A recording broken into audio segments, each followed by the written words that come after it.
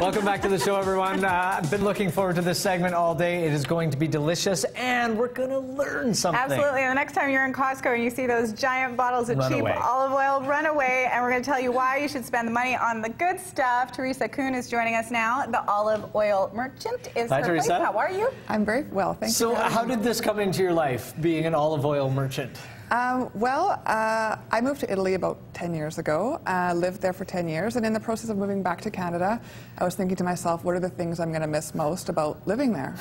Great olive oil. Great olive oil was really top of my list. It is, and it is. Maybe you can explain, because a lot of people are used to what they get in the grocery stores and just buy, you know, whatever's there. But what is the difference between that kind of olive oil and the real deal? Okay, so there's several different grades of olive oil. The top grade is is extra virgin. Yeah. The second grade would be virgin, and then the third is just olive oil. It's been around. It's been pressed. It's no virgin.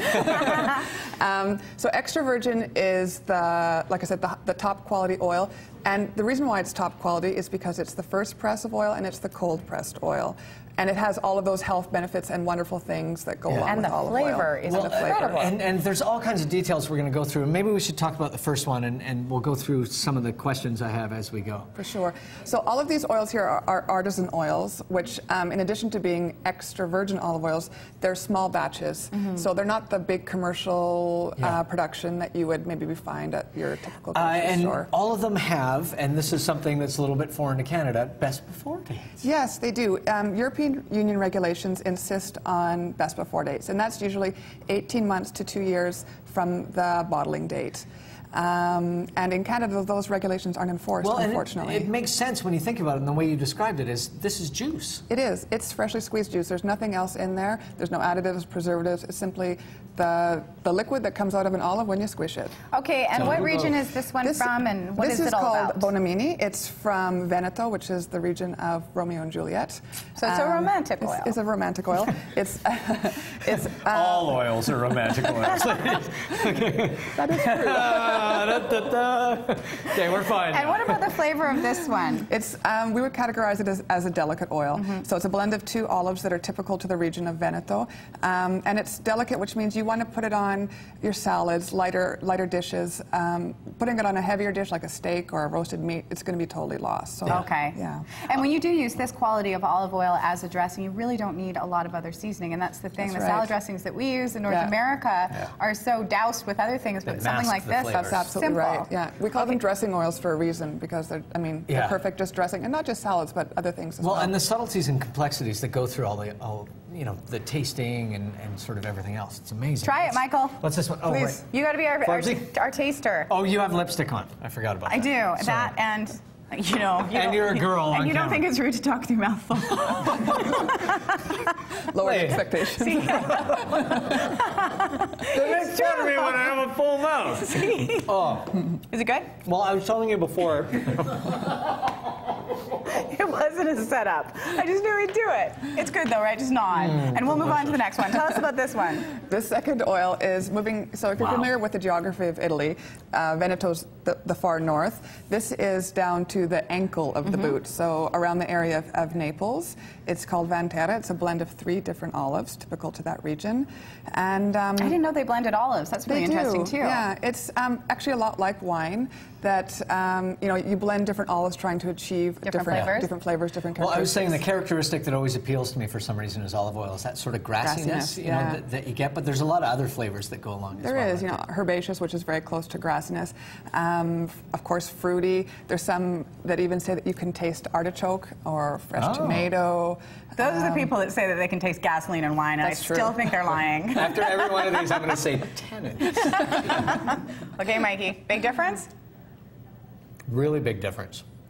So another thing that's a little denser almost. Yeah, you're right. You're right. Another thing that's interesting about olive oils and to know about olive oils is often at the finish, like when it goes down, you get a little bit of pepperiness, and that pepperiness is indicative that it's A, fresh, and B, that it has a high level of polyphenols, which are the antioxidants which make extra virgin good for you. Okay, let's talk about this one. This is called Franci Le Trebbiane. It's from Tuscany. Wow. It is Franci is probably the most celebrated and awarded producer in Italy for olive oil. There's a guide like the Wine Spectator for olive oil, and this one was ranked 97 out of 100. So. And we've got a beautiful picture of Tuscany, just so you know. Very, very it's close. beautiful. So that would be the same region. Yeah, no kidding. And this one here, wait. I know you just got to keep trying. Okay, I just got to keep going. Because we got to get to the balsamic as well. Tell us about this one. This one is from the heel of the boot, from Puglia. It's a single cultivar, which means just one olive type, called Coratina. It's of the four, it's the most robust of the oils that we have. It's also organic. Oh, right. Sorry. Yeah, well, I was getting lost in this. And we've got some beautiful photos that go along with this one, too. Yes. Maybe you can tell us about it. Yeah, I will. This frantoio is the word for an olive oil farm, and this frantoio has been around for over 300 years. I don't know. I think we've got a picture of the tree here. There we go. That's actually a picture of ripening olives. So some people are confused of what's a green olive, what's a black olive, what's the difference? All unripe olives are green. Right. As they ripen on the tree, they become a darker, blacker, purpley color. That's a 300-year-old olive tree? Yeah, that tree is 300 years old. And does the density or the flavor, like, does it change as the tree goes through its life? The flavor doesn't change dramatically. It becomes a hardier tree. It can withstand the elements, so if there is a snowfall, which does happen every once in a while, it's more likely to survive It's able to survive it. How was it? Incredible. I mean, all of them, and it's really interesting as you go through. It's like a wine tasting flight, right? You can taste the subtle differences as you go along and the density. All right, let's move on to the balsamic, because it's the same thing. You can get balsamic vinegar for $5, or you can get some good stuff. For 55. So what's the difference? Basically, we're talking about traditional balsamic are your more expensive balsamics. They are, traditional means they've been aged, and there's 3 different categories. There's a 12-year-old, an 18-year-old, and a 25-year-old. So it's like Scotch, something you're familiar with. Now we're going to try what today? I'm going to give you a sample of a balsamic that is not traditional.